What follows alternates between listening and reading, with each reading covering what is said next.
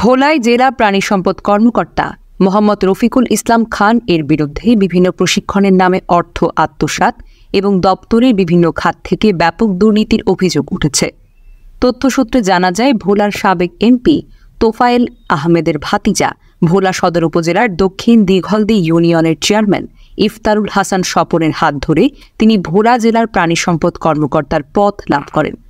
স্বপন চেয়ারম্যানের নিয়োগকৃত ঠিকাদারের লাইসেন্স নিয়ে নিজ দপ্তরের ভবন ও স্থাপনা নির্মাণ খাতের বরাদ্দ কাজ না করে তুলে নেন এবং নিজেদের মধ্যে ভাগ করেন।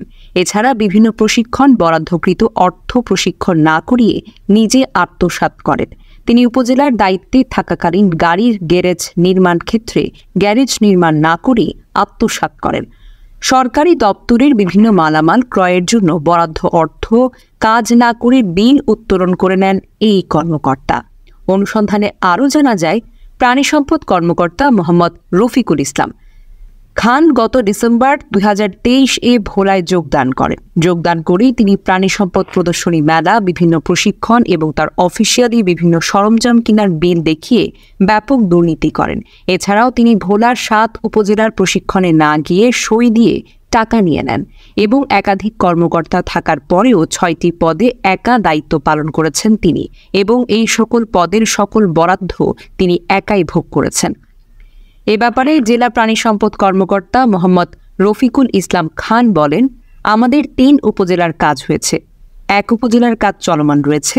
ব্যস্ততার কারণে বাকি 3 উপজেলার কাজ সময় মতো করতে পারিনি। জুনে মেয়াদ শেষ হওয়াতে প্রকল্পের বরাদ্দকৃত টাকা তুলে আমাদের কাছে রেখেছি। শীঘ্রই বাকি উপজেলার কাজ শুরু করব। রফিকুল ইসলাম আরও বলেন, যে টাকা বরাদ্দ দেওয়া হয়েছে সেই টাকায় কাজ করাটা খুবই কষ্টদায়ক। ঠিকাদাররা এই টাকায় কাজ করতে চাচ্ছে না, তাই অনেক সমস্যায় পড়তে হচ্ছে।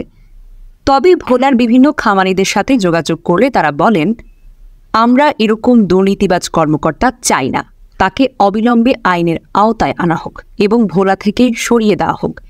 এই বিষয়ে বরিশাল বিভাগীয় প্রাণী সম্পদ অধিদপ্তরের পরিচালক ডক্টর মোহাম্মদ লুৎফুর রহমান বলেন, দুর্নীতির বিষয়টি আমরা খতিয়ে দেখছি, তদন্ত সাপেক্ষে ব্যবস্থা নেওয়া হবে।